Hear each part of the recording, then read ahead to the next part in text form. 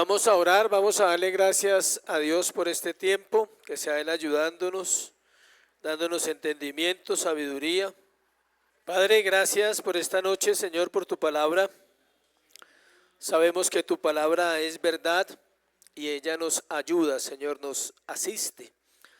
Tu palabra es igual a tu nombre, es igual a tu poder, Señor.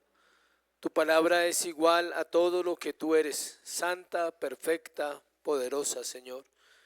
Oramos que ella hoy obre en nosotros. Que estos temas, Señor, de Apocalipsis no sean solamente información, sino que también podamos aprender de ellos para nuestro corazón. Te damos gracias en el nombre de Jesús. Amén y amén. Vamos entonces a hablar hoy, esta es la tercera clase, ¿cierto? Entonces, vamos a hablar de los 7 sellos, espero alcanzar a compartir esa parte, que es del capítulo 6:1 al 17, o sea, el capítulo completo. Y vamos a dejar pendiente el último, o sea que no vamos a hablar 7 sino 6, porque el 8:1 está más adelante, entonces todavía no vamos a hablar del séptimo sello. Y vamos a hablar de los sellados en el capítulo 7, o sea, vamos a ver 2 temas como siempre.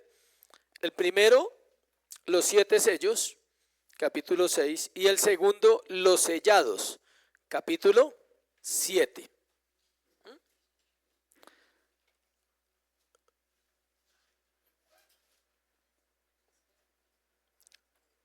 En el capítulo 6, las divisiones son sencillas: primer sello, segundo sello, tercer sello, cuarto sello, quinto sello y sexto sello. O sea, esas son las divisiones de lo que vamos a ver en capítulo 6. Ahí las vamos a ir, yo las voy dictando y usted va anotando para que vaya tomando nota. Entonces vamos a arrancar con el capítulo 6, ahí en Apocalipsis, puede tenerlo. No lo vamos a leer, sino lo vamos a estudiar lentamente, vamos a mirar verso por verso. Algunas cosas ya las hemos visto, entonces en lo que ya hayamos visto, no me voy a centrar, me voy a quedar ahí esperando. Ya les repito simplemente que ya lo hemos visto, ¿listo? En el capítulo 6 se incluye en forma secuencial 6 sellos. El séptimo está en 8:1. Sirve como de invitación a permanecer callados ante el juicio de los malvados. Lea 8:1 por favor. Dice: cuando abrió el séptimo sello se hizo silencio en el cielo como por media hora. Ese no lo vamos a ver hoy, le aclaro. Solamente lo estamos informando, pero hoy vamos a ir del 1 al 6. El capítulo 7 hace las veces de interludio. ¿Qué es un interludio? ¿Quién nos ilustra? Como un tiempo de silencio, como un tiempo en la mitad de los dos. Intermedio.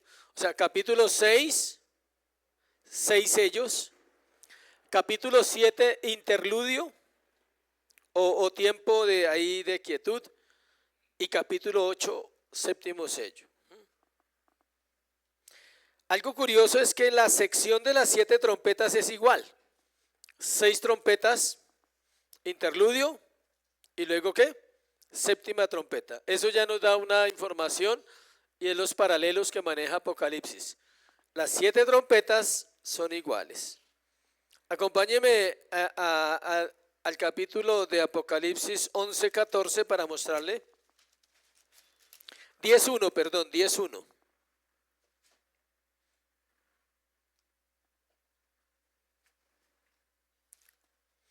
En 10:1 empieza el proceso de las trompetas y termina en 11:14. Y note el versículo 15, dice: y el séptimo ángel tocó la trompeta. O sea que hay una distancia entre la sexta trompeta y la séptima trompeta, igual que la hay entre el sexto y el séptimo sello. Eso sirve tenerlo en cuenta cuando lleguemos allá, porque es una forma como Juan escribe y eso es un proceso que se repite en Apocalipsis. Estoy haciendo la introducción del capítulo 6 para ahorita entrar a los versículos. El capítulo 6, sin embargo, describe la historia del mundo y de la iglesia, tenga en cuenta. El relato no es una secuencia histórica de eventos ni una profecía que solo se refiere al retorno de Cristo. Es decir, son hechos que están pasando y han estado pasando durante los últimos 2000 años. Incorpora el periodo entre la ascensión y el retorno de Cristo. O sea, en capítulo 6, todo lo que pasa ahí está entre los 2000 años, cuando Cristo vino y cuando Cristo vuelva. O sea, en el momento en que se va, es lo que vamos a mirar. Los 4 caballos se pueden interpretar en forma simultánea, que ahorita lo vamos a ver en los primeros versículos, los 4 caballos.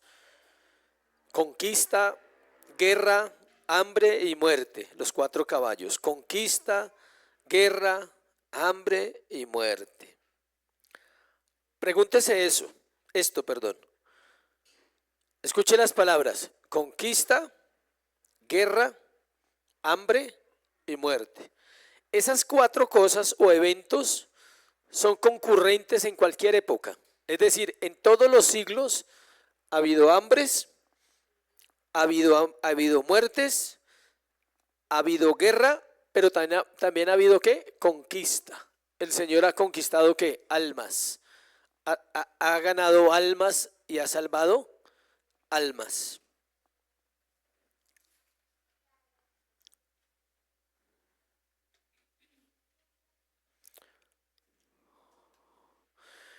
En el capítulo 6, versículo 10, los santos claman a Dios por justicia. Léalo alguien. 6:10, alguien que lo quiera leer. No, 6:10.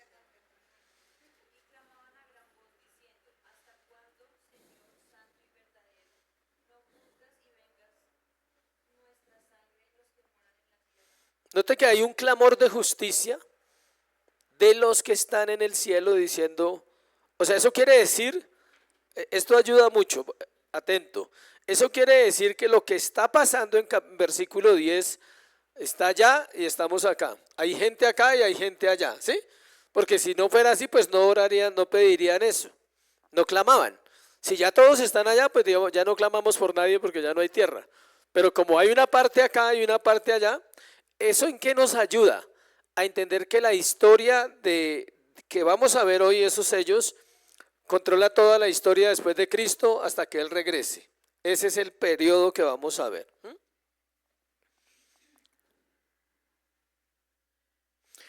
El 6º sello, le estoy haciendo un resumen, con todo su simbolismo revela el último tiempo cuando el Señor regresa y el tiempo del juicio.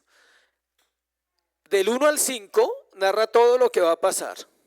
En el 6, la venida ¿de quién? De Cristo. Y en el 7, el cielo. O sea, el 7 es absolutamente ya, como se dice, la consumación. Cuando el Cordero abrió los sellos,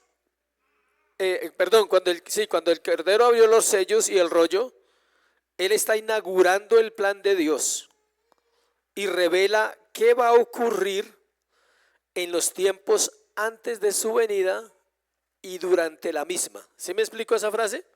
Antes y durante. Él dice, mientras yo venga va a pasar todo esto, los sellos. Pero también les muestra a Juan lo que va a pasar durante su venida, ese momento glorioso que va a pasar.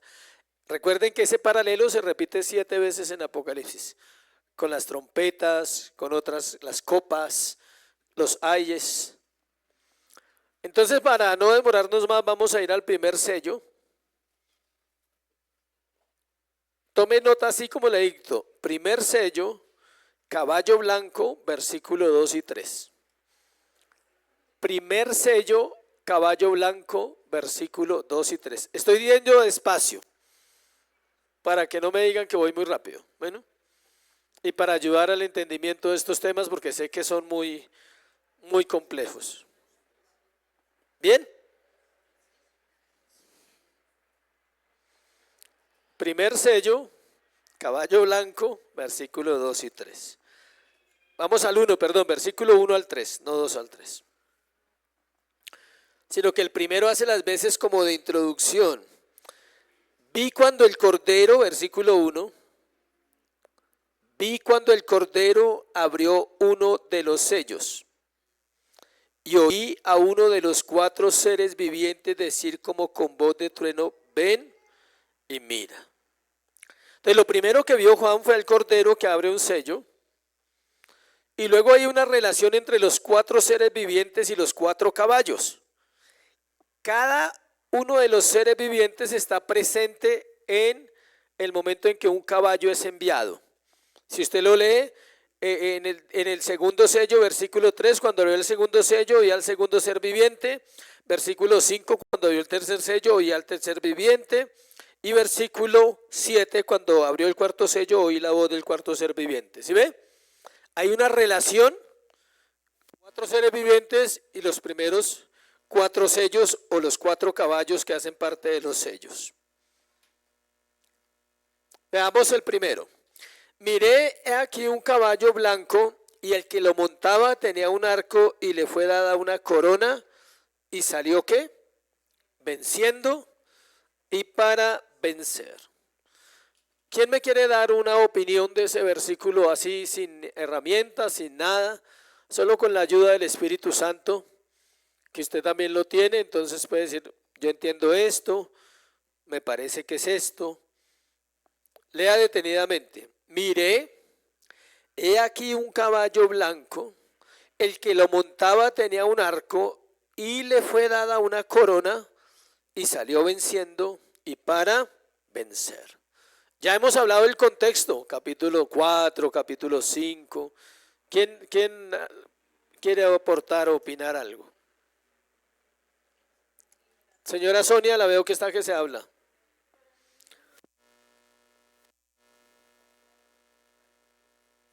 Sí, bien.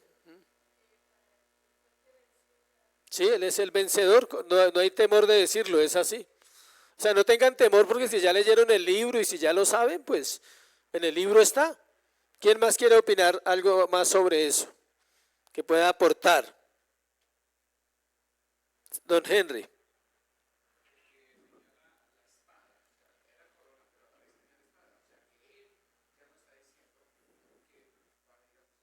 Sí. ¿La espada qué es? La palabra. La palabra. Entonces la espada de juicio tiene 2 filos. Salva y condena. Y así es el Evangelio. El Evangelio salva a los que oyen el Evangelio y responden correctamente al Evangelio, ellos van a ser salvos. Los que no responden correctamente, el Evangelio los condena. Y el Evangelio los va a juzgar. El día del juicio, el Evangelio los va a juzgar también. ¿Listo? Entonces vamos a mirar. Un caballo blanco, uno montado, un arco, una corona y un vencedor. Eso está en el versículo 2. Podemos pensar en nadie más que ¿quién? Cristo. Hay muchas interpretaciones de eso. Algunos se atreven a inclusive a decir que podría ser Satanás, pero no. ¿Por qué Cristo? Porque todo el contexto bíblico que ya hemos estudiado y aún la Biblia misma apunta a Él.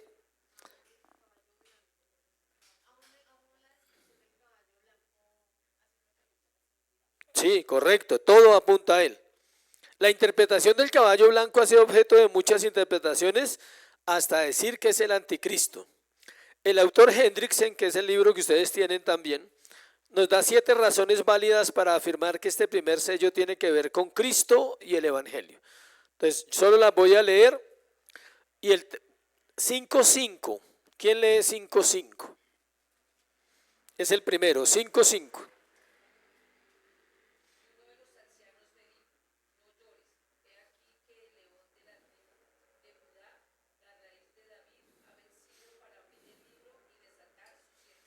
Ahí está, claro. O sea, no hay nada que interpretar ahí, no necesita más textos. ¿Quién va a abrir los sellos? ¿Quién va a abrir el libro y quién va a desatar los sellos? El león de la tribu de Judá, porque ha vencido. Y 6.1 dice que 6.2, perdón, salió venciendo y para vencer. ¿Sí ve el paralelo? Entonces lo primero es eso. El contexto nos dice que es Cristo, ese es el primero. El segundo, 14:14.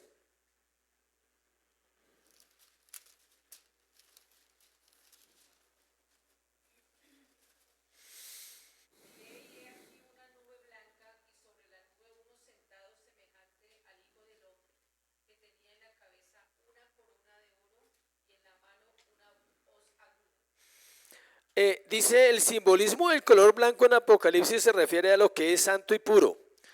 La corona se refiere a Cristo, lleva una corona de oro. Y el verbo vencer, con dos excepciones, siempre apunta a Cristo. O sea, siempre que usted encuentre el término vencer en Apocalipsis, hay dos excepciones que usted tiene que también aprender a buscarlas y las vamos a ver. Están en 11:7 y 13:7, solo para que anote ahí. Excepciones donde no habla de Cristo. Tercero, 19:11. 19:11.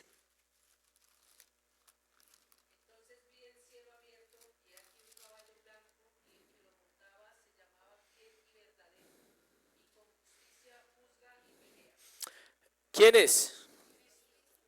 Pero note que algunos comentaristas dicen que el del 6 no es Cristo, pero el del 19 sí es Cristo. No se puede decirlo eso. Ambos son Cristo, porque tienen las mismas características. El fiel y el verdadero, recuerda de las iglesias, y con justicia juzga y pelea. Cuarto, en todo Apocalipsis Juan va manifestando el plan de Cristo, que es el único que vence, está venciendo y vencerá. Los tres tiempos. ¿Ya venció? Sí. ¿Está venciendo? Sí. Y vencerá. Quinto,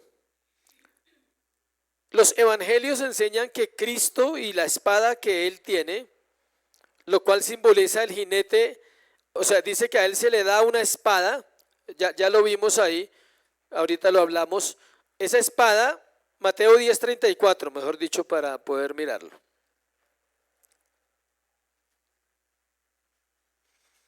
Mateo 10:34. No penséis que he venido para traer paz a la tierra, no he venido para traer paz, sino espada. ¿Cuál espada? El evangelio. Insistimos, es una espada. Si usted sigue leyendo el pasaje de Mateo, habla de la división en los hogares por causa del evangelio. Por causa del evangelio. Sexto, Salmo 45:3-5. Hay un salmo mesiánico que describe a Cristo como cabalgando hacia la victoria, con agudas flechas que atraviesan los corazones de sus enemigos. ¿Quién lo lee? Salmo 45 del 3 al 5.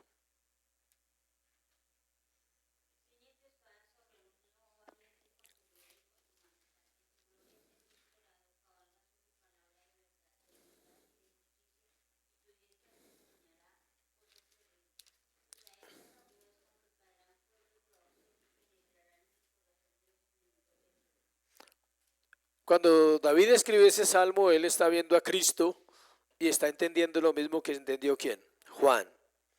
Por último, Zacarías 1:8 dice lo siguiente: vi de noche, he aquí un varón que cabalgaba sobre un caballo alazán, es otro caballo, el cual estaba entre los mirtos que había en la hondura, y detrás de él había caballos alazanes, overos y blancos. Es una sombra.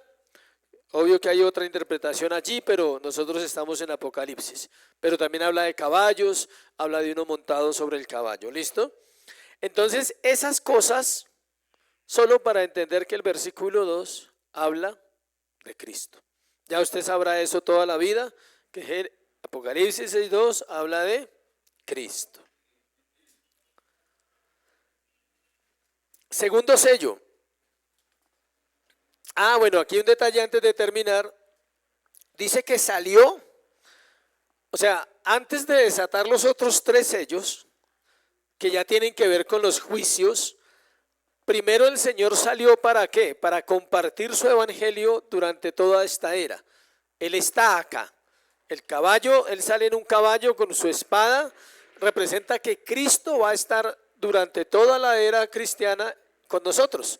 Él va a estar y tenemos seguridad de eso. Ahora vienen los tres caballos diferentes. El segundo sello es el caballo rojo.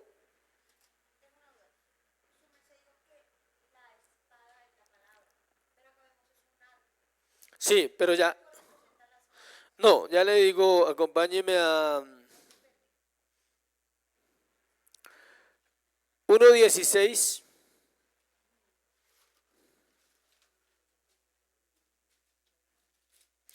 Tenía en su diestra 7 estrellas, de su boca, y salía una espada, de su boca salía una espada aguda de 2 filos. Ahí está la respuesta. 1:16. Sí, sí.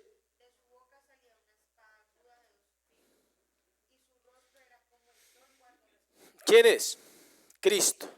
Siempre Él lleva la espada porque es su boca. O sea, no es una espada real. El arco representa algo similar a que Él va con ese arco atacando a sus enemigos, pero hace más referencia a la espada. O sea, lo asocian también con ¿qué? Con un arma. Pero la espada la lleva siempre. No, o sea, no necesita verse, es implícito. Ahí lo dice 1:16. De su boca, ¿qué dice? Sale una espada de 2 filos. Hebreos 4:12. Para los que no lo saben, porque la palabra de Dios es ¿qué?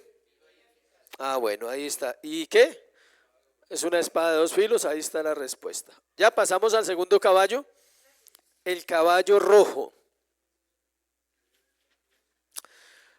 Los 3 caballos siguientes simbolizan guerra, hambre y muerte. Guerra, hambre y muerte.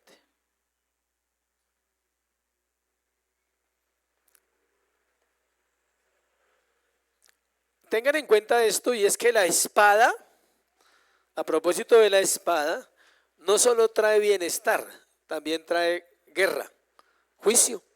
Entonces, esto es una secuencia del sello 1. El Evangelio vino a generar guerra en la tierra. ¿Por qué? Porque hay una guerra entre las 2 simientes. La simiente de Cristo y la simiente de ¿qué? De Satanás. Entonces, debido a que el Evangelio viene a la tierra, a partir de ahí empiezan esos 3 conflictos que estamos hablando. Son 3 caballos, son 3 conflictos que les dije cuáles son. ¿Quién me lo recuerda?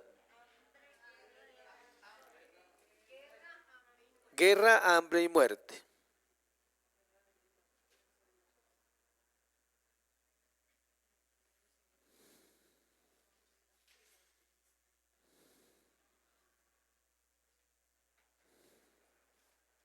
Vamos a hablar del jinete rojo, del jinete del caballo rojo. Representa la guerra.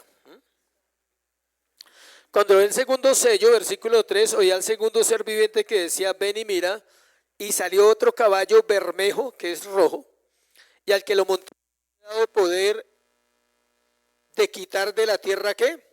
La paz, y que se matasen unos a otros, y se le dio una gran espada. Otra espada, ¿sí ve? Tiene también referencia, otra espada, pero esa espada es para guerra. Y lo contrario a la paz es la guerra. Es decir, la guerra va a quitar la paz de la tierra. Representa la guerra que no se limita a un periodo de tiempo concreto, por ejemplo, el fin de los tiempos, sino que se extiende desde la época en que los lectores originales vivieron hasta el fin de los tiempos. ¿Desde dónde comenzó la guerra? Sí, pero en este caso, ¿dónde empezó? Estamos acá, no estamos en Génesis, estamos acá. Lo que dijimos, desde el periodo en que Cristo asciende hasta que Él venga, hay guerra. Los creyentes de la primera etapa lo vivieron. Todo lo que les tocó vivir por las guerras está incluido en ese caballo que descendió para traer la guerra. Es decir, y está aquí. ¿Hay guerra ahorita o no hay guerra? ¿Hubo guerra el siglo pasado? ¿Hubo guerra en Francia? ¿Hubo guerra en España? Siglo XVII, XVI. La de los otomanos, siglo VIII. Las guerras de los 1000 días, la guerra de Constantinopla. O sea, usted busca por la historia y solo encuentra ¿qué? Guerra. Eso es. Entonces va a haber guerra siempre. Dios le está diciendo a Juan, mira Juan lo que va a pasar, va a haber guerra. Mi evangelio va a estar aquí, pero también va a haber ¿qué? Guerra. Y eso estamos ahí en ese proceso. El segundo ser viviente con el aspecto del buey simboliza fortaleza, tenacidad, habló. Dice, no se menciona su voz. O sea, simplemente dice, salió otro caballo bermejo, el que lo montaba. Cuando era el segundo sello, oía al segundo ser viviente que decía, ven y mira, él habló, pero no hay nada, no, solamente ellos están haciendo como un intermedio, pero nos estamos centrando es en los sellos. El caballo rojo que sale con el jinete tiene poder para quitar la paz de la tierra, la cual se hace a través de la guerra. La guerra quita la paz. No crean que he venido a traer paz a la tierra, no vine a traer paz sino espada. Mateo 10:34, ya lo leímos. Mateo 24:6-7, ustedes oirán de guerras y de rumores de guerras, se levantarán nación contra nación y reino contra reino. ¿Quién dijo esas palabras? Jesús en el sermón del Monte de los Olivos, en Mateo 24:6-7. El jinete en este caballo rojo personifica el mal que se opone a Dios.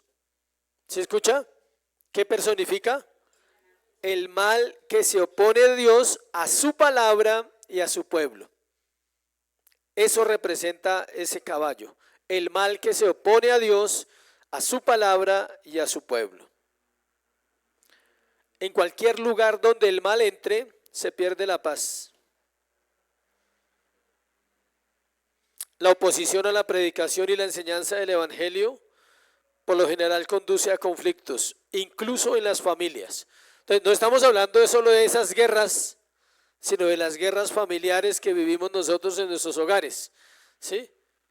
Porque está establecido que el cristiano aprenda a vivir en medio de eso y a vencer, porque Cristo dice, sea como yo.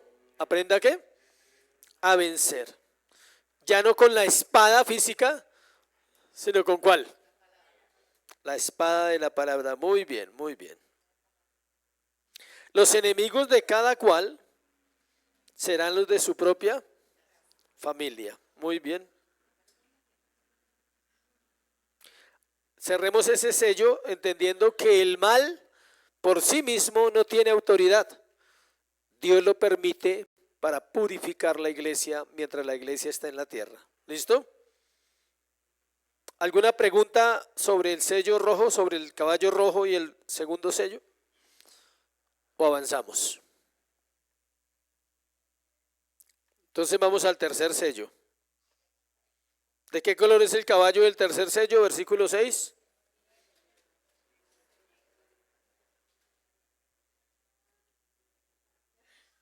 Ven, 5, perdón.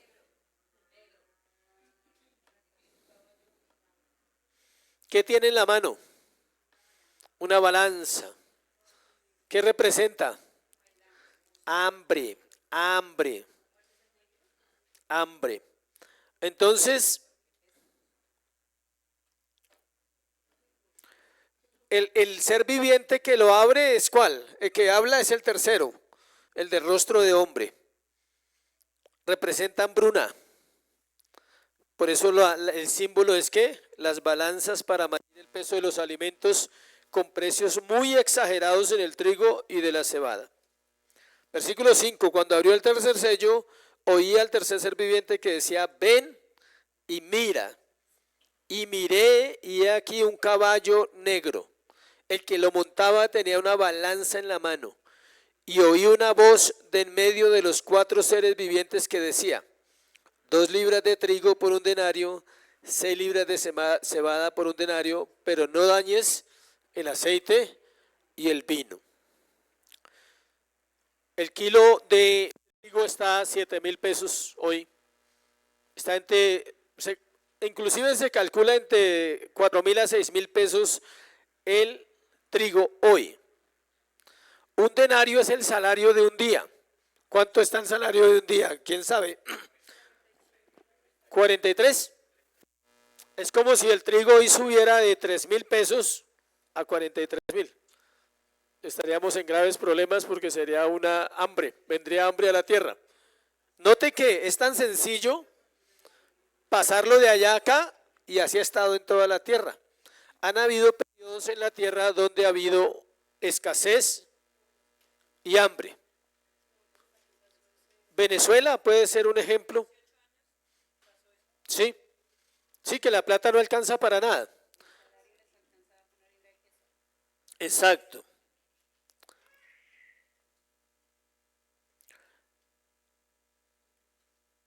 Levítico 26:26. Alguien que lo lea, por favor. Levítico 26:26.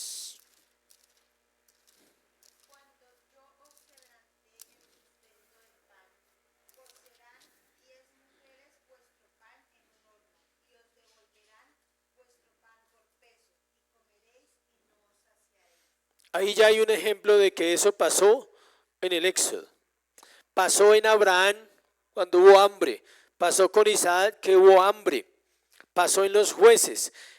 Y si lo miramos de allá para acá de la historia desde Cristo hasta ahora, han habido periodos de hambre en muchas naciones. Dios, quien con frecuencia advirtió de la hambruna a su pueblo, una vez más le informa a Juan que habrá escasez en el suministro de alimentos. Y todavía no se sabe qué nos falta por vivir. Todavía a la tierra, nosotros estamos aquí, entonces no sabemos cuánto de esto todavía falta por cumplirse. Pero el hambre siempre ha sido una herramienta ¿de qué? De juicio. Cuando dice que no va a afectar las cosechas de vino y de aceite, el mandato es que Dios limita la plaga como Él quiera. O sea, toca una cosa, pero no toca otra. Eso es soberanía. Él dice, si yo quiero dejar ¿el aceite es barato o caro? Caro. Siempre ha sido caro. Pero si no hay, al menos hay. Al menos. Y el vino también ha sido caro. Note que deja dos cosas caras que van a haber. Van a haber dos cosas. Es un ejemplo que Dios puede dejar cosas que hay y que no pueden ser afectadas a veces. Y lo barato se sube. Y lo caro puede volverse barato. Entonces Él está mostrando y diciendo, yo hago lo que quiera. En ese periodo de la historia voy a hacer lo que quiera. Muchas veces voy a traer escasez, muchas veces voy a traer abundancia. Y eso aplíquelo a su vida personal, que es muy interesante. Hay etapas de abundancia y hay etapas de escasez. Alguien dirá, no conozco la de abundancia. Tranquilos, tranquilo que pueden llegar también. Pero sí hay etapas de abundancia. Lo que pasa es que cuando usted piensa en abundancia, inmediatamente piensa en lo material. Abundancia de escasez también es válido. La Biblia lo dice. ¿Hay abundancia de qué? De escasez. Pero hay abundancia. Está en abundancia. Hay abundancia de lucha. Muy bien, muy bien. No, pero también hay tiempos de refrigerio, no se preocupe. Hay tiempos de paz. La Biblia lo dice. Cuarto sello. Cuarto sello. ¿Cómo es el color del caballo? No se le olviden los colores, por favor, de los caballos. Bueno, y no me los vaya a confundir porque debe decir en qué sello está. O sea, ¿sí? El amarillo en qué sello está, el morado en qué sello está y el gris en qué sello está. Bueno, no por eso. Pero puede salir la pregunta. Según en el cuarto sello el caballo gris salió y usted va a decir, sí, verdadero. No, no hay caballo gris. El cuarto sello, el caballo amarillo o amarillento le llaman. Sí, señor. Versículo 7, cuando abrió el cuarto sello, oí la voz del cuarto ser viviente que decía, ven y mira. Miré y aquí un caballo amarillo y el que lo montaba tenía por nombre muerte y el Hades le seguía. Le fue dada potestad sobre la cuarta parte de la tierra para matar con espada, con hambre, con mortandad y con las fieras de la tierra. En realidad el color no es amarillo, o sea, el texto griego, cuando usted va a estudiar los idiomas, para usted interpretar la Biblia tiene que saber estudiar los idiomas, por eso estudiamos hebreo y griego para recibir un certificado que somos teólogos, y si no, no podemos decir que somos teólogos si no interpreta los idiomas, porque usted va a leer y ya. El término amarillo no es ahí, sino es pálido y cadavérico, pálido y cadavérico. Algunos también lo dicen verde, algo verde, como ese amarillo que parece verde ya. Estamos entendiendo que estamos hablando de la muerte.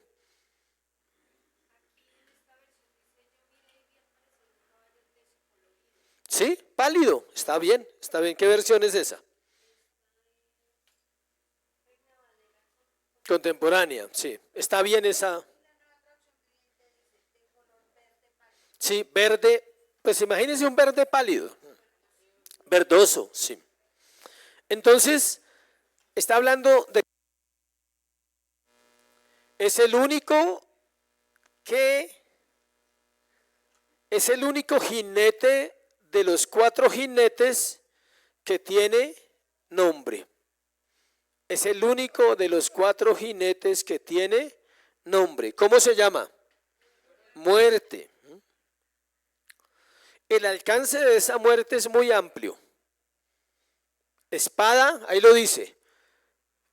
Matar con espada, hambre, mortandad y fieras de la tierra. Es un amplio la forma como la muerte trabaja.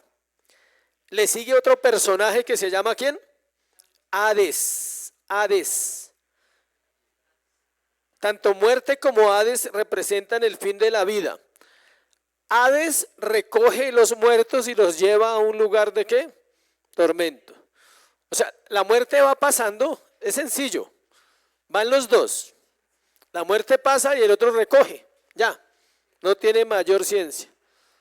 ¿Para dónde los lleva? Al lugar de tormento. Hades es ¿qué? Lugar de tormento. No recoge los hijos de Dios, porque ellos van a otro lugar que se llama ¿qué? Paraíso, según escatología, ¿sí? Ya vimos eso, gracias a Dios. Hades recoge sus víctimas, no es el sepulcro, no, es el lugar de los muertos sin Cristo. Para la palabra sepulcro se usa Seol. Hades no se usa para sepulcro, se usa para lugar de los muertos sin Cristo. Alguien que lea 9:18 para explicar lo de la 4ª parte de la humanidad. 9:18, ¿quién lo lee? Por estas 3 plagas fue muerta la 3ª parte de los hombres, por el fuego, el humo y el azufre que salían de su boca. Acá dice que fue la 3ª parte, ¿cierto?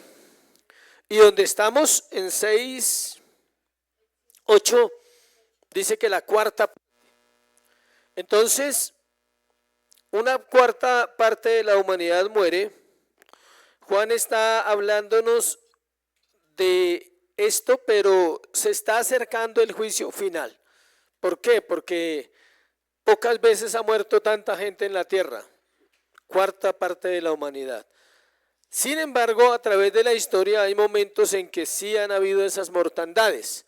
La plaga bubónica, 1346, 1352, mató 26 millones de personas en Europa. Más de la 3ª parte de Europa murió. O sea, casi mucho más, si dividimos en 4, la población de Europa murió en ese momento. Las guerras mundiales han dejado millones de muertos. ¿Qué quiere decir eso? Que la muerte sigue haciendo sus estragos, sin contar, dice la Segunda Guerra Mundial, unos 20 millones de personas en Europa perdieron la vida y un número parecido en Asia, otros 20 millones.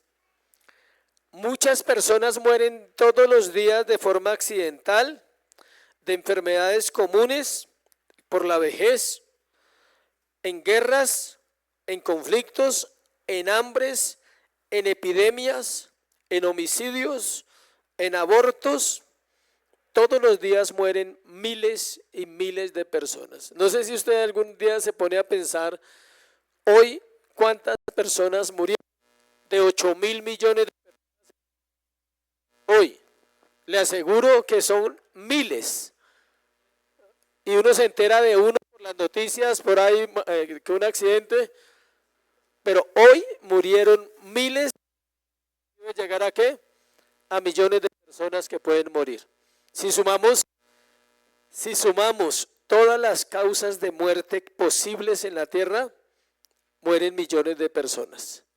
Entonces, lo que está diciéndole el Señor a Juan, la muerte estará en la tierra hasta que yo regrese. Y la muerte los acompañará siempre. Aquí está. Y sigue haciendo su tarea. Es más, piense en este momento, aquí, en este instante. ¿Cuántas personas están partiendo de este mundo al Hades? Hades está recogiéndolos ahorita mismo. En este instante, en este segundo que acabamos de hablar, está recogiendo una cantidad impresionante. Quinto sello. La paciencia de los santos, la de nosotros. La paciencia de nosotros. Me encanta la paciencia de los santos. Del 9 al 11. ¿Del 9 qué? Cuando abrí el quinto sello, vi bajo el altar las almas de los que habían sido muertos por causa de la palabra de Dios y por el testimonio que tenían. Hago un paréntesis ahí. Esa cuarta parte de la tierra del versículo anterior, algunos estudiosos dicen que sí va a suceder un momento en que al final, antes de la venida de Cristo, va a haber tragedias que muere mucha gente, mucho más de lo que ha muerto en esos que les nombré, donde va a haber una masa de muerte impresionante. Pero por eso aquí ya cambia el tema. Ese cuarto sello está cerca a la venida de Cristo. No, el cuarto. El quinto ya pasa al cielo. Está hablando de las almas de los que han sido muertos por causa de la palabra de Dios y por el testimonio que tenían. Clamaban a gran voz diciendo: ¿hasta cuándo, Señor santo y verdadero, nos juzgas y venga nuestra sangre en los que moran en la tierra?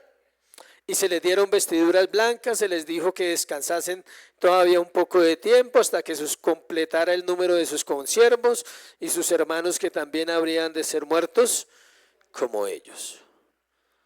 La apertura del quinto sello no apunta a ningún momento específico de la historia de la raza humana, sino que corre paralela a las escenas de los 4 primeros sellos. Es decir, esto está en el cielo, pero no ha venido Cristo. Mientras ellos están allá, acá está pasando todo lo que está pasando. Caballo 2, los caballos. Perdón, caballo 2, caballo 3, caballo 4, porque el primero es Cristo.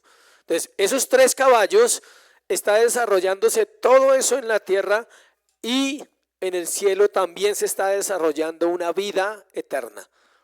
Ya lo vimos en escatología, el milenio. El milenio allá, el milenio acá. Ese versículo es lo mismo de 24. ¿Quién lee 24?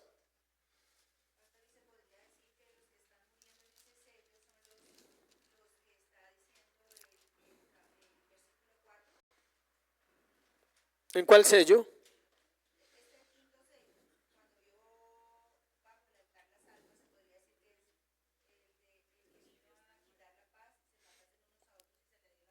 No, no tiene nada que ver.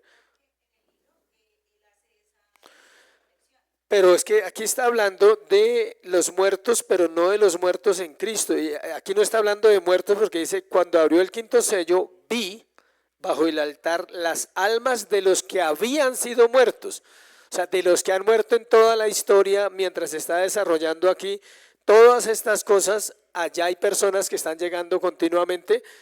Yo no lo asocio con el versículo 4 porque dice: y el que lo montaba le fue dado poder de quitar de la tierra la paz y que se matasen unos a otros y se le dio una gran espada. Ahí no está hablando de redimidos ni nada de eso, entonces yo no lo asocio, no lo asocio. Siempre deben tener en cuenta que todo lo que ustedes lean tiene que evaluarlo a la luz de la palabra, porque un autor puede decir eso, pero usted tiene que encontrar una coherencia. Si él estudió, hizo un estudio, yo no tengo ese libro, yo estudio otro. O sea, el que yo estudio no es el mismo que ustedes tienen. Entonces no lo asocio porque no veo referencia. Tocaría indagar más para saber si sí tiene que ver lo uno con lo otro. Entonces, en este nos está hablando 24.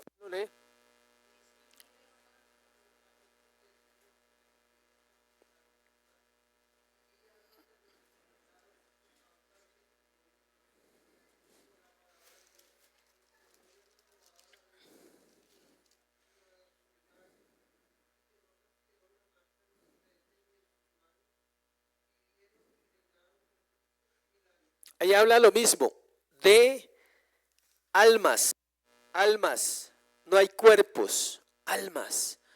6:9 dice que los muertos por causa de las almas de los que habían sido muertos. No hay cuerpos, no ha venido Cristo, no estamos todavía todos allá.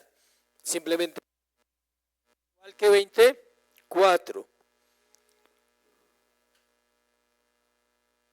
Dice que en el altar, o sea, ellos estaban en el trono. Allá el altar representa el trono de Dios. Versículo 10 dice que clamaban, ¿cierto? ¿Qué pedían? Justicia, justicia. ¿Cuándo juzgarás a los que matan a los creyentes? Que termine todo para que su pueblo completo, ¿qué? Descanse. Ellos están diciendo, ¿cuándo será el día que ya no habrá más muertos en la tierra de nuestros hermanos? Pues cuando Él venga. La respuesta dice, se les dieron vestiduras blancas, ya sabemos que representan santidad. Ahora, pero surge una pregunta, ¿un alma se puede poner ropa? Es simbólico. No es ropa blanca como usted se la imagina, así resplandeciente, como su mente finita le dice. No, son almas, no tienen ropa. Es santidad, pureza. Son totalmente, ¿qué? Santos y puros. Dice que les dicen ahí, 11, lo que usted quiere escuchar, descanse todavía un poco de tiempo. Usted quiere escuchar eso y yo también. Descanse todavía un poco de tiempo.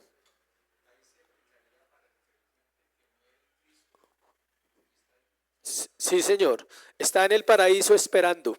¿Qué espera? El juicio y que lleguemos los demás. O que venga Cristo o que morimos nosotros.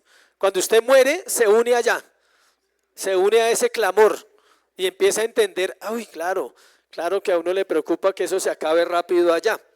Entonces, dice que les da la frase que usted y yo queremos escuchar hoy, descansen todavía un poco de tiempo. Yo quiero esa frase, dijo.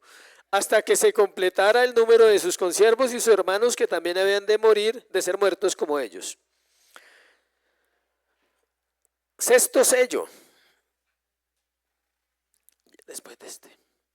El día del Señor, sexto sello. Dice el día del Señor, 6:12-17. Miré cuando abrió el sexto sello.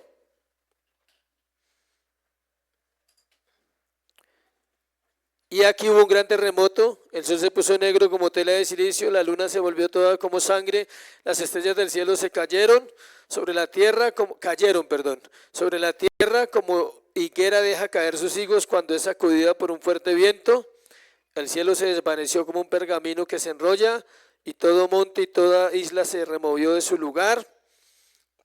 Los reyes de la tierra y los grandes y los ricos, los capitanes, los poderosos y todo siervo y todo libre, se escondieron en las cuevas, entre las peñas de los montes, y decían a los montes y a las peñas, caed sobre nosotros y escondednos del rostro de aquel que está sentado sobre el trono y de la ira del Cordero, porque el gran día de su ira ha llegado, y quién podrá sostenerse en pie. Vamos a conectarnos con el quinto sello, que es el anterior. En el quinto sello, las almas en el cielo imploran a Dios que los reivindique y vengue la sangre derramada de los santos. Ya lo vimos, ¿cierto? En el sexto, y se les dice que tengan paciencia. Note lo que pasa en el quinto sello, que ya lo vimos. El contraste con el sexto sello es que Juan describe el día del juicio. Escuche, el sexto sello es el día del juicio. Y es curioso que aquí, en el 1 se le dice que tenga paciencia, y aquí es el día del juicio y la gente huye de la muerte. Los incrédulos enfrentan la ira de Dios y del Cordero. El sexto y el séptimo sello están dedicados al juicio de los incrédulos. Sexto y séptimo. No vamos a ver el séptimo hoy. Si leemos la información que Juan da a los siguientes versículos, entendemos que no está hablando de un evento que las personas puedan dejar de lado. Más bien señala el ineludible juicio final y las catástrofes naturales. Algunos interpretan esas catástrofes, vamos a leerlas. Es muy difícil que esas catástrofes hayan sucedido, no han sucedido, porque van al día final. Pero hay que mirar si es simbólico o si es que literal. Note lo que dice, que cuando abrió el sexto sello en el versículo 12, el sol se puso negro como tela de silicio, la luna se volvió toda sangre, las estrellas del cielo cayeron sobre la tierra. Por esta frase que acabo de leer, de que las estrellas cayeron sobre la tierra, es difícil interpretar literalmente los versículos. No se pueden interpretar literales, aunque sí van a suceder muchas cosas antes del regreso de Cristo en la última etapa. No podemos asegurar que van a ser exactamente como aquí están literales. O sea que entendemos que esto también es ¿qué? Simbólico, figurado. 12:14 menciona un gran terremoto, algo conocido para los lectores originales, ¿se acuerdan? Hablábamos ahorita allí con alguien de la importancia del contexto histórico. Apliquemos hermenéutica. Contexto histórico, contexto ¿qué? Gramatical y contexto. Entonces, si usted lo lee y usted dice, uy, terrible todo eso que va a suceder. No, hay un contexto histórico aquí. Y Juan está diciendo de un gran terremoto y los lectores originales, ¿quiénes eran los lectores originales de este libro? Las 7 iglesias. Ellos fueron los primeros que leyeron el Apocalipsis. Ellos están familiarizados con el lenguaje terremoto. ¿Por qué? Porque ya sabemos que Sardis, Filadelfia y Laodicea fueron destruidas por terremotos. Entonces Juan está usando un lenguaje que podamos entender, sino que aquí hay una diferencia con los otros terremotos y es una palabra que dice gran terremoto. 16:18, ¿quién lo lee? 16:18.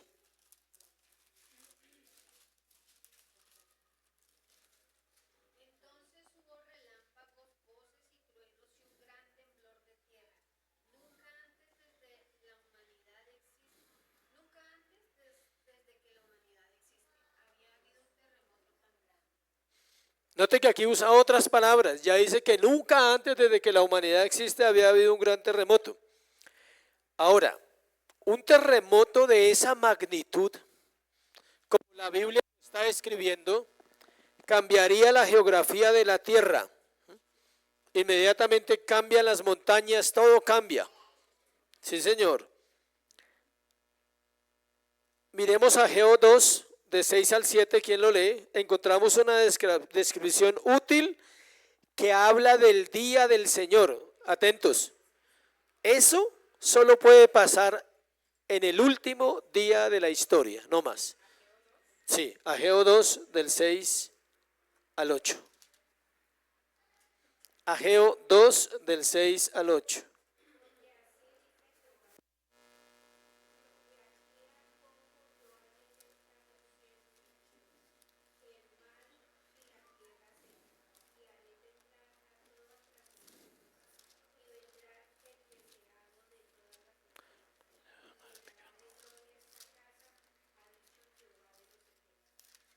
Ageo 2, ¿se ve lo que dice? Dice Jehová de los ejércitos, de aquí a poco, ese de aquí a poco es allá, Yo haré temblar los cielos, la tierra, el mar y la tierra seca. Eso es lo mismo que está diciendo Juan. Haré temblar a todas las naciones y vendrá el deseado de todas las naciones y llenaré de gloria esta casa, ha dicho Jehová de los ejércitos, el día del Señor. Un terremoto sacude el universo para indicar que la creación de Dios está íntimamente involucrada con el día del juicio. O sea, de llegar a suceder un terremoto de tal magnitud, representa que Cristo llega instantáneamente. Se acaba todo. Entonces, la pregunta ¿es literal o es simbólico? Sí, el oscurecimiento del sol y la luna no es el resultado de un eclipse transitorio, sino significa el fin de la función de dar y reflejar luz. O sea, si eso va a suceder, se acaba todo en ese instante. Es decir, no lo vamos ni a experimentar, porque está diciendo que no es un eclipse, como algunos lo interpretan. Sí. ¿Y qué quiere decir? Que las dos lumbreras no van a funcionar más. Se acabó su tarea. Sí. ¿Por qué no funcionan más? Porque no se necesitan. Porque Él será nuestra luz, Él será nuestro día y Él será nuestra noche. Ya no se necesitan.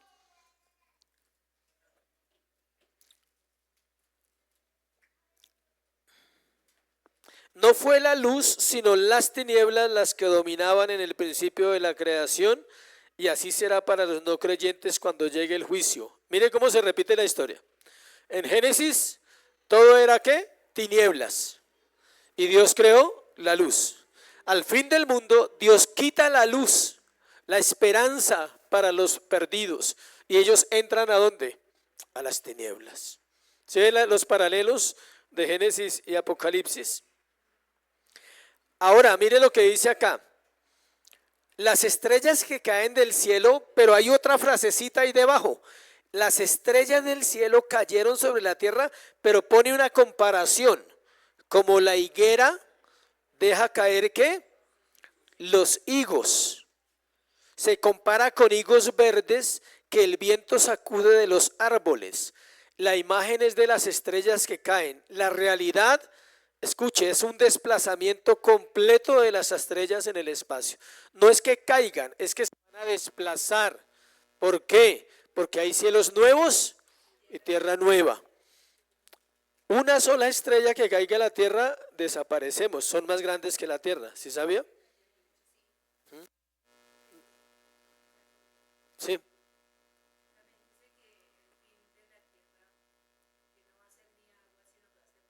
Fuego. Pero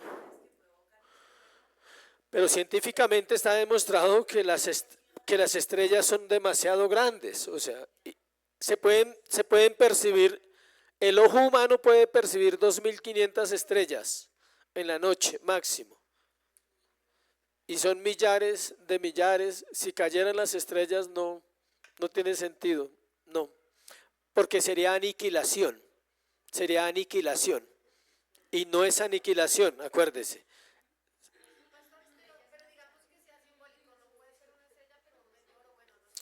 Sí. Por eso está diciendo, como los higos caen, se mueven, se corren, para que siga el proceso del fin, del juicio. Sí. La atmósfera que nos ofrece el aspecto de un cielo azul desaparece y es eliminado. Por eso dice como una hoja enroscada de papel. Y por último, el contorno de esta tierra visible en montañas e islas cambia por completo. Tierra nueva, cielos nuevos y tierra nueva. Es decir, la geografía que vamos a tener en la tierra nueva no es la misma. No son los mismos continentes y todo eso, como pasó en el diluvio. La ciencia ha demostrado que el diluvio cambió ¿qué? La geografía. Por eso está África y Sudamérica y se unen, tienen el huequito para unirse. ¿Sí lo ha visto en el mapa? Que tienen la misma forma, ellos estaban unidos, el diluvio los separó. El diluvio, ¿qué hay en la mitad de esos dos continentes? Agua. ¿Y qué puede mover las montañas? El peso del agua. Es lo único que puede mover una montaña físicamente, el peso del agua. El agua pesa demasiado, son toneladas de millones de toneladas, hace que las islas se muevan, las montañas se muevan, todo cambia.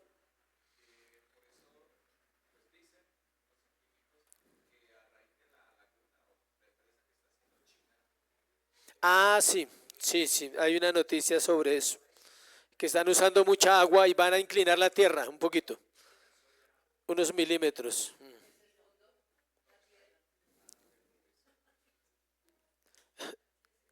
Isaías 53 para explicar lo del sol. Isaías 53 para explicar algo ahí. Que el sol se volvió negro, dice Isaías 53. ¿Quién lo lee?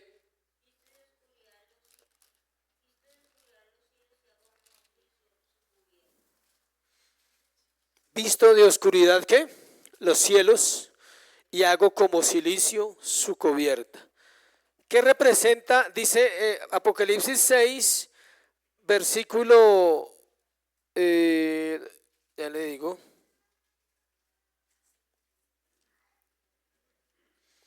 El sol se puso negro, versículo 12. ¿Qué representa el negro? Luto, muerte, dolor y angustia. Es una suspensión total de los rayos del sol, es decir, no va a haber sol. ¿Sí? Se puso negro, pero no es un eclipse, entienda, porque todas las interpretaciones falsas siempre hablan que los eclipses ya viene Cristo, ya llegó. No, tiene que ver que el sol va a perder su función porque ya no se necesita. Versículo 15. Los reyes de la tierra y los grandes, los ricos, los capitanes, los poderosos y todo siervo y todo libre se escondieron en las cuevas entre las peñas de los montes. ¿Qué representan esos hombres? Las fuerzas armadas de las naciones, los ricos que tienen gran influencia económica, los hombres fuertes en cuanto a lo mental y lo físico, y ahí está todas las clases sociales, están las multitudes de esclavos, los que han conseguido la libertad. He aquí un retrato de todos los estratos de la humanidad desde arriba hasta abajo que se enfrentan al juicio venidero, es decir, todos los incrédulos que se enfrentan al juicio venidero. Dice, los reyes los describe, grandes, ricos, capitanes, poderosos, siervo y libre, se esconden en las cuevas y entre las peñas de los montes. ¿Qué desean? La muerte. ¿Por qué desean la muerte? Porque ellos creen que muriendo no van a enfrentar la ira del Cordero, la ira en el día del juicio. Oseas, capítulo 10, versículo 8. Sí. No, todo lo que está leyendo ahí es figurado. Solo que nos lo dicen así para que lo entendamos. Oseas 10:8. Y los lugares altos de Abel serán destruidos. El pecado de Israel crecerá sobre sus altares espino y cardo. Y dirán a los montes, cubridnos, y a los collados, caed sobre nosotros. En el siglo VIII, cuando el profeta escribe esto, profetizó la caída de Israel. La destrucción de Samaria sería tan devastadora que la gente pediría que las montañas los cubrieran y las colinas cayeran sobre ellos. Es decir, eso pasó allá. Hubo una guerra tan fuerte, una destrucción tan fuerte para Israel, que ellos hubiesen querido mejor que las montañas cayesen y no hubieran sido tan oprimidos. ¿Por quién? Por Samaria en ese caso. Isaías 2:19. Asiria. Samaria, perdón. Isaías 2:19. Isaías 2:19. ¿Quién lo lee?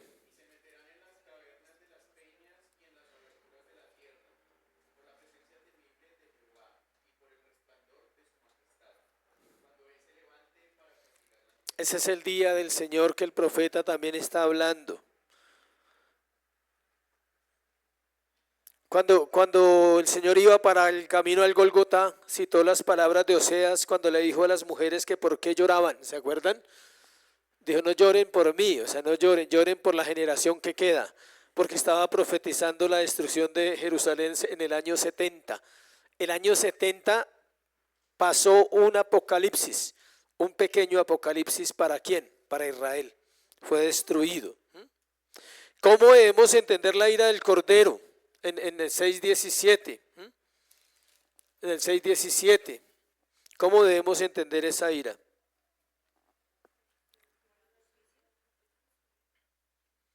La palabra se repite 2 veces, la ira ahí. ¿Quién puede? Dice ahí, versículo 17, perdón. Porque el gran día de su ira ha llegado, ¿y quién podrá sostenerse en pie? Todo lo que leímos antes, de los versículos 12 al 16, es todo lo que va a ser la ira de Dios en la tierra sobre los incrédulos. Y viene la buena noticia, pasamos a una etapa mejor. ¿Quién podrá estar en pie? Los sellados. Capítulo 7. Los sellados. O sea, Juan da la respuesta en un capítulo. Dice, o Dios da la respuesta en un capítulo. ¿Quién puede sostenerse en pie? La respuesta es nadie. Nadie, ninguno. Pero por eso incluye inmediatamente el capítulo 7 y espera hasta el 7º sello, porque ahora va a hablar de quién, de nosotros. O sea que capítulo 6, para que entienda, los sellos no tienen nada que ver con nosotros, sino con todo lo que va a suceder en la tierra, en el mundo impío, y ahora el 7 nos lo dedica a nosotros. La única parte de 6 donde se habla de las almas es los que están ¿dónde? En el cielo, que lo vimos ahí, de la paciencia de los santos. Y todo lo demás donde sucedió en la tierra. Ahora vamos a ver ese rápidamente.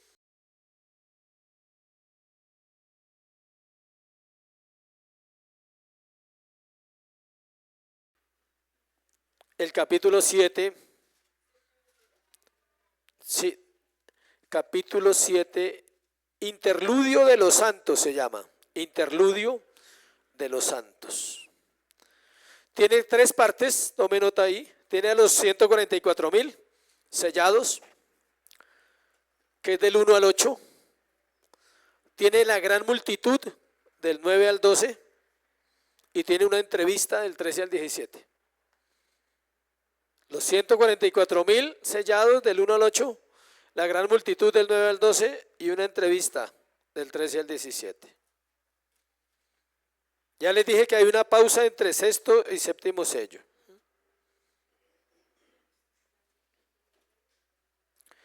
Este capítulo es sencillo. Todos los santos de Dios. Todos los santos de Dios. Mire esto tan interesante. El Señor detiene el juicio que está sucediendo un momentico y le muestra a Juan. Le dice, paremos aquí. Y ahorita lo va a leer ahí. Y muestra a todos los santos, todos los sellados.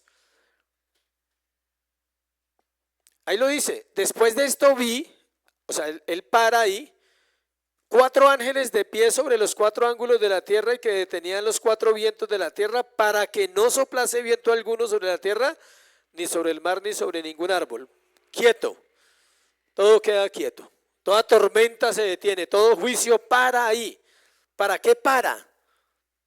Para dedicarse a nosotros, para mostrarle a Juan, dice, paremos ahí todos los juicios, voy a mostrarle a usted otras cosas.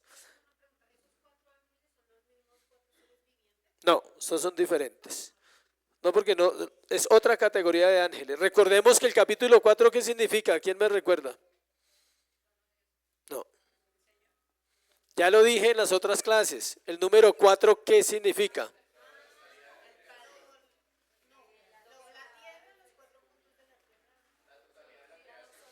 Totalidad de la creación. Muy bien, totalidad de la creación. Note que dice 4 ángulos de la tierra, 4 vientos. Está hablando de una totalidad del planeta. Por eso yo les dije, son 4 puntos cardinales, ¿sí? O tenemos 5, tenemos 3, tenemos 4. Totalidad de la creación número 4. Toca volver a preguntar eso estos días.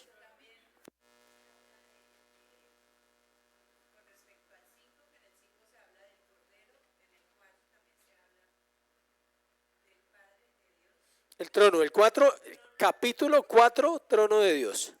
Capítulo 5, el cordero. Capítulo 6, sellos, y capítulo 7, sellados. Versículo 2, vi también otro ángel que subía de donde sale el sol, eso es un misterio. Tenía el sello del Dios vivo y clamó a gran voz a los 4 ángeles a quienes se les había dado el poder de hacer daño a la tierra. Hay 4 y otro sale y da la orden y les dice, diciendo, no hagáis daño a la tierra, versículo 3, ni al mar ni a los árboles hasta que hayamos sellado en sus frentes a los siervos de nuestro Dios. No dañen la creación todavía, no la destruyan, falta algo, falta cerrar este proceso con los santos. Importante esto, el término ángeles en Apocalipsis nunca aplica para demonios, solo para los siervos de Dios. Ángeles son pastores o son los ángeles verdaderos del Señor. Nunca se aplica para demonios en Apocalipsis. De pronto en otro lado de la Biblia, pero en Apocalipsis no. Ahora, ¿qué es un sello? Estamos hablando de los sellados.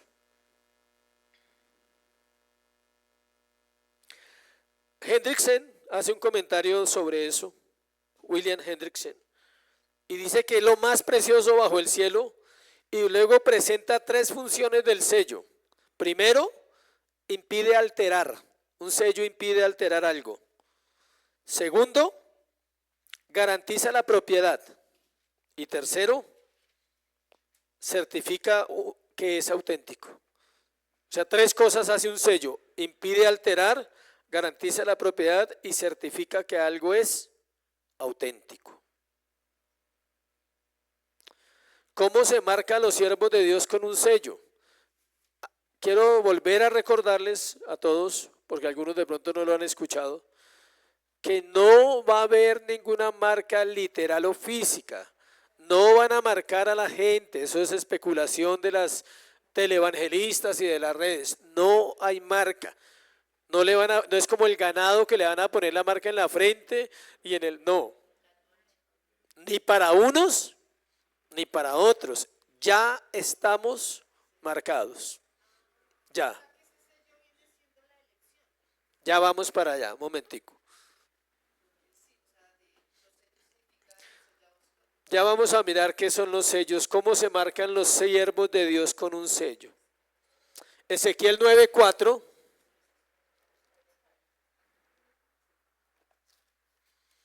Ezequiel 9:4.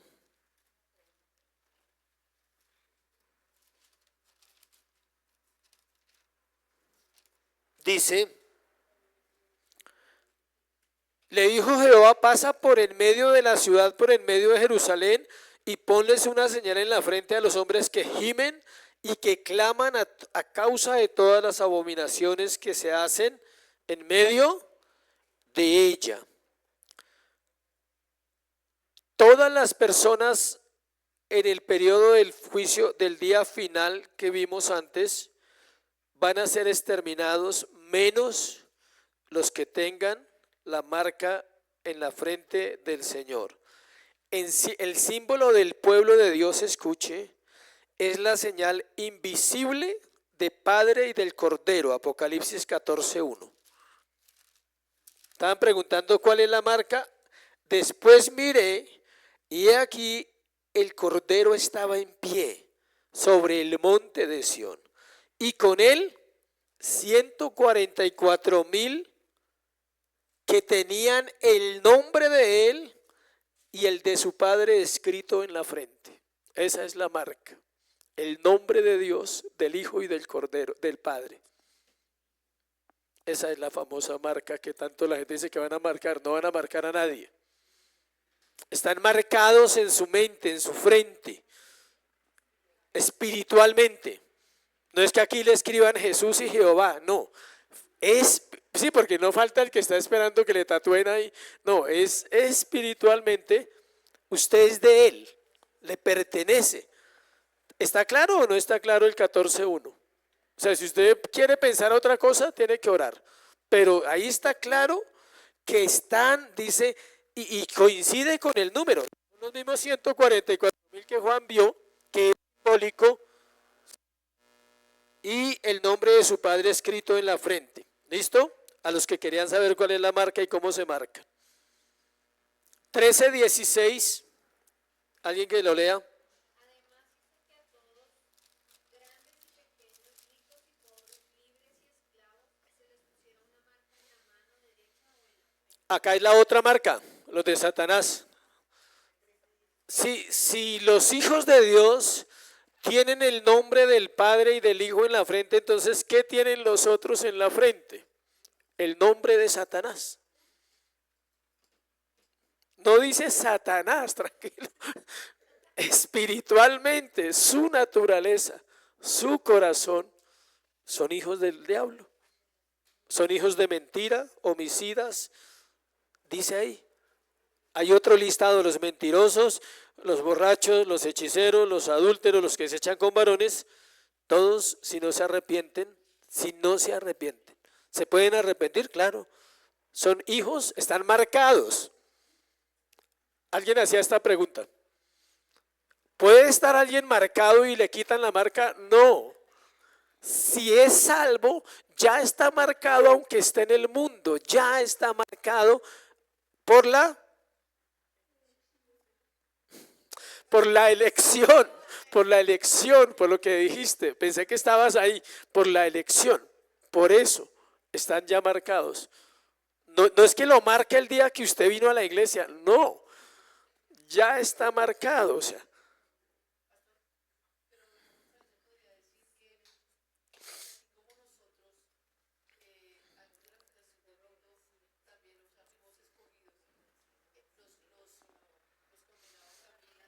Es la doctrina, porfa, es la doctrina de la predestinación, que tiene dos ramas, que una se llama elección y la otra se llama reprobación.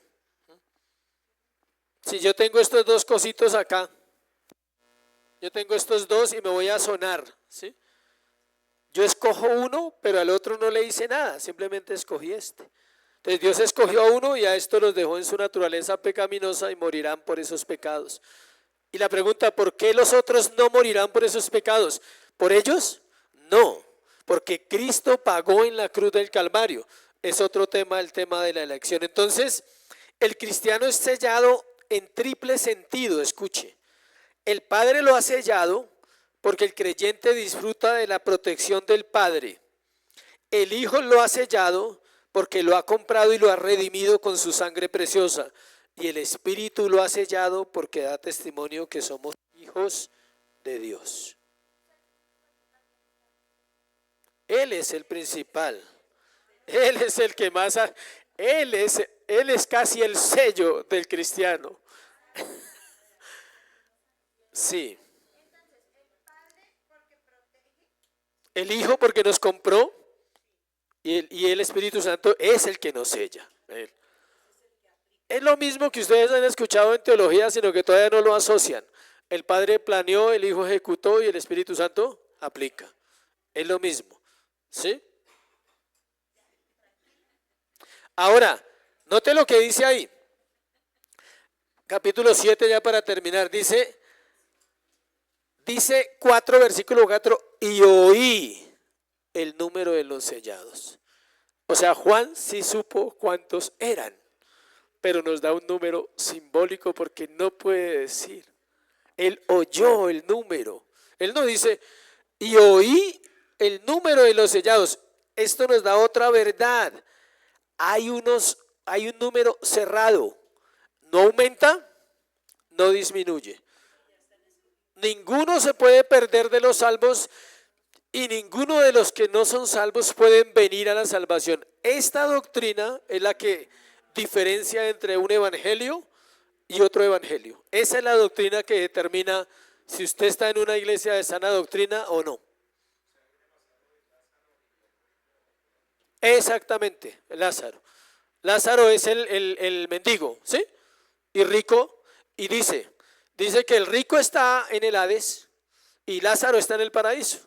Y que hay una gran montaña que los separa y ninguno puede pasar de allá para acá y ninguno puede ir de aquí para allá. Está cerrado. Exacto.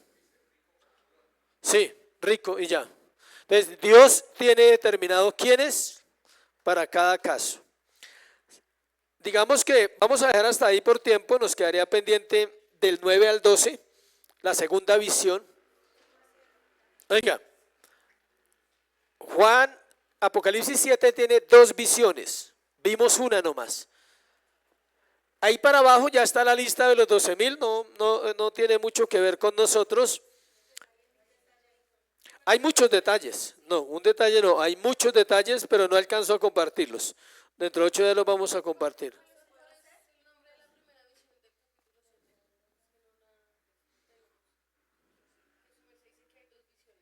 Los 144,000 sellados es la primera y la segunda es la gran multitud. La entrevista, sí, son las divisiones.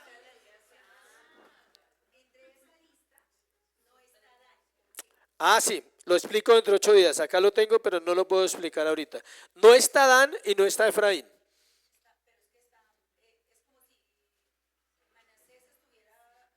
José está reemplazando a Efraín, no Manasés. José está reemplazando a Efraín.